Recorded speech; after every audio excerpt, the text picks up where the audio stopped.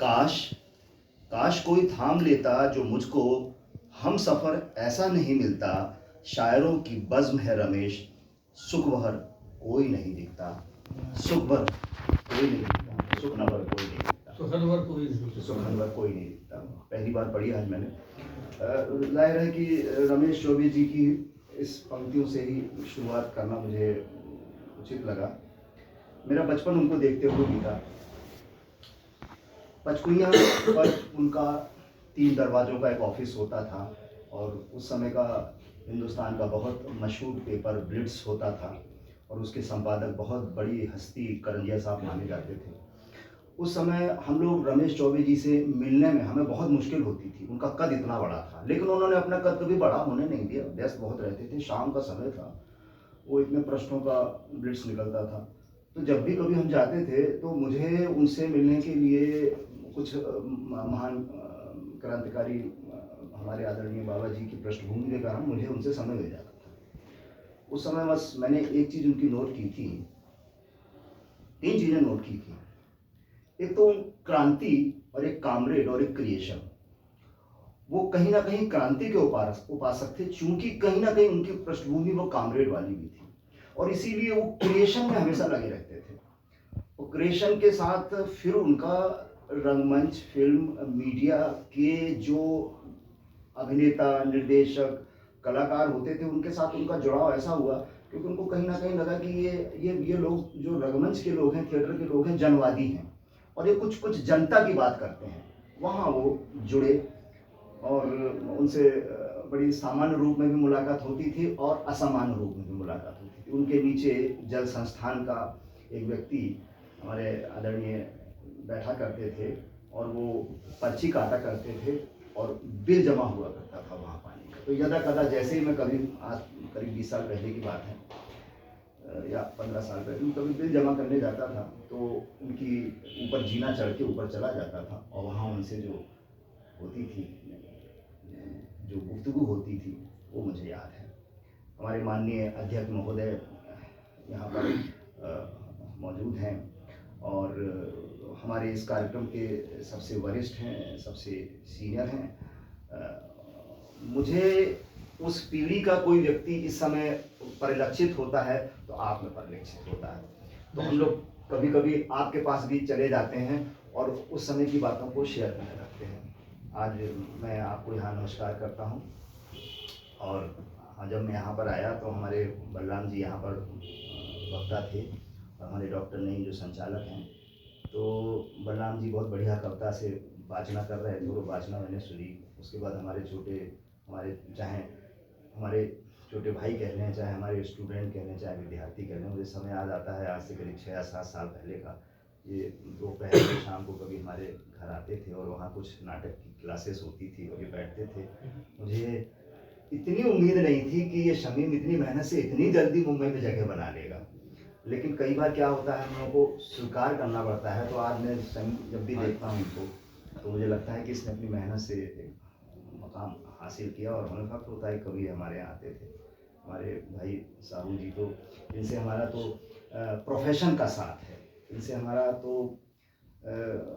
मैं कहीं कहूँ कि शुरुआत में चाहे रंगमंच हो, चाहे वो अभी डॉक्टर ने बहुत अच्छी बात कह रहे थे कि उस बात को विस्तार से कहने की ज़रूरत है कि कहीं ना कहीं वो जो पत्रकार है ना अजीम, वो पत्रकार कहीं ना कहीं आपके अंदर वो पत्रकार है। आप शायद उसको पहचानेंगे और आप चाहे कलाकार के रूप में, चाहे निर्देशक के रूप में, चाहे लेखक के रूप में, वो पत्रकार उभर कर आता है। उसकी जैसे अभी आपने बहुत बढ़िया बात कही, वो कहीं ना कहीं उसकी प्रस्तुति आपके ड्रामा में, नाटक में, अभिनय में निकल कर आती है।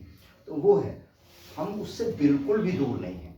मुझे याद आता है कि 1900 शायद, मेरे ख्याल में शायद डॉक्टर नईम को ज़्यादा याद होगा, 1988 या 89 का था। 1 जनवरी की तारीख थी। सफदर हाशमी साहब का निधन हुआ था। एक दर्दनाक परिस्थिति में हत्या हुई थी और एक राजनीतिक पार्टी के व्यक्ति थे जिनका मैं नाम नहीं लूँगा, वो उस समय उस तरह से हुआ उनका। वो नाटक का मंचन कर रहे थे, मैं भी नाम उसका नाटक हल्ला बोल तो बताइए, वो हल्ला बोल से एक राजनीतिक पार्टी को एक पत्रकार के तौर पर, एक रंगमंच के कर्मी के तौर पर, एक निदेशक के तौर पर गढ़वाते हुए हिला रहे थे वो, और वो उनको अच्छी नहीं लगी वो बात। यही काम तो पत्रकार का है।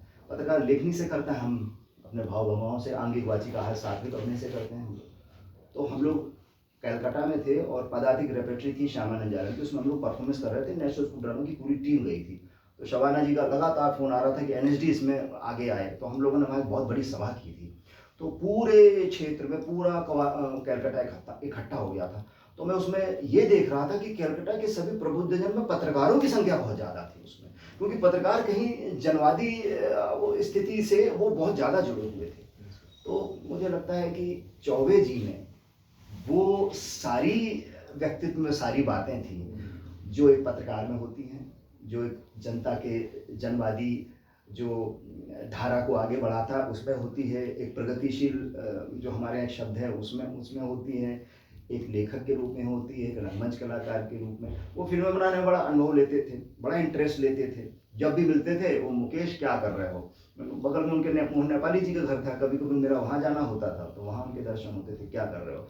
और इतने खुश होते थे जब उनको कोई भी कार्यक्रम के बारे में बताता। मैं उनको चाचा बोलता था, मैं यहाँ फलाना हो गया, मैं यहाँ सेलेक्ट हो गया, मैं एनएसडी में और रंगमंडल में VN वगैरह वगैरह में बातें करता था। तो वो इतना फख्र का, वो राजे जो है ना, राजे का नाम, राजे बहुत नाराज़ होता था तुमसे, और देखो आज तुमने वो करके दिखा दिया। तो राजे मेरे पापा जी थे, उनके छोटे भाई समझ लीजिए। तो आज दोनों नहीं हैं, और बहुत मन होता है ऐसे मौके पे बोलने का। एक से आप बलराम जानते हैं, वो गुरु गोविंद सिंह का शहादत दिवस अभी कल ही मनाया गया। एक से क्या लड़ाऊं, कितने लोग लड़ाऊं, वो क्या कहावत, मतलब एक से 1 लाख लड़ाऊं। तो यहाँ पर जो एक एक व्यक्ति है वो 1 लाख के बराबर है। अगर हम लोग इतनी संख्या में हैं तो बहुत बड़ी बात है। और इसमें साहू जी की बात को छोटा सा आगे बढ़ाना चाहूँगा कि साहू जी जो शर्मा जी, हमारे लक्ष्मण शर्मा जी, इनका और धर्मेंद्र साहब का इतना साथ जी नहीं कर पाता हूँ। और इनका जब भी हमारे घर में शुभागमन हुआ तो संभव साहू और शर्मा जी में फर्क नहीं पड़ता। तो नहीं है वैसे ही तो हमारे आदरणीय छोटे भाई हैं इन्होंने बाबा जी के ऊपर बहुत बढ़िया चीज़ें लिखी। लखनऊ से इनका आता था, मुझे भेजते थे। तो इन्होंने एक बात कही, वो ये बात मुझे लगता है इस कंक्लूजन होगा, इस महफिल का एक कंक्लूजन होगा, इस श्रद्धांजलि सभा का कंक्लूजन होगा। वो कंक्लूजन ये होगा कि आदरणीय साहब के नेतृत्व में हम लोग एक पत्रकारों के प्रति एक सम्मान की कुछ शुरू करें, जैसा कि आरिफ जी से मेरी बात हो रही थी। और उसमें डॉक्टर नईम ने बहुत महत्वपूर्ण बात कही थी कि सभी लोग जो कि अनछुए हैं, जो गुमनाम हो हैं या गुमनाम बने हुए हैं, गुमनाम है नहीं, गुमनाम बना दिया गया उनको, वो लोग का एक हम लोग श्रृंखला शुरू करें। और उस श्रृंखला में मैं बिल्कुल तहे दिल से आपके सामने आऊँगा। अभी कुछ आप कुछ बात कर रहे थे एक यात्रा की, जो मैं तो मास्टर रुद्रनारायण जी का पौत्र हूँ, तो मैं तो इन सब चीज़ों में हर तरह से आपके साथ हूँ। तनबंधन तीनों से हूँ मैं आपके साथ। मैंने इनसे भी कहा था आज का आयोजन, वो मेरे पुत्र जो है हमारे गौरव सक्सेना आपकी, भाई देखिए, मेरी सच्ची श्रद्धांजलि ये है कि मेरे पुत्र स्वयं पत्रकार बन रहे हैं। इनको मैंने बैचलर ऑफ जर्नलिज्म कराया, फिर मास्टर ऑफ जर्नलिज्म कराया, क्यों, पत्रकार के लिए। फिर फिल्म्स का इनका 1 साल का कोर्स कराया इलाहाबाद यूनिवर्सिटी से। तो और ये एक किताब और मैगजीन से जुड़े हैं, मध्य प्रदेश की ब्यूरो चीफ। तो मेरा सच्ची श्रद्धांजलि है कि उस पत्रकारिता की लाइन में मैं अपने बेटे को भी ला रहा हूँ।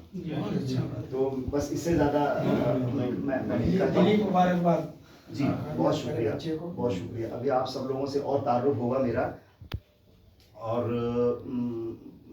मुझे अभी मैं बाद में कुछ और भी बोलूँगा, लेकिन आदरणीय अध्यक्ष महोदय अभी गौरव बात साथ हैं, कुछ कहना चाहते हैं।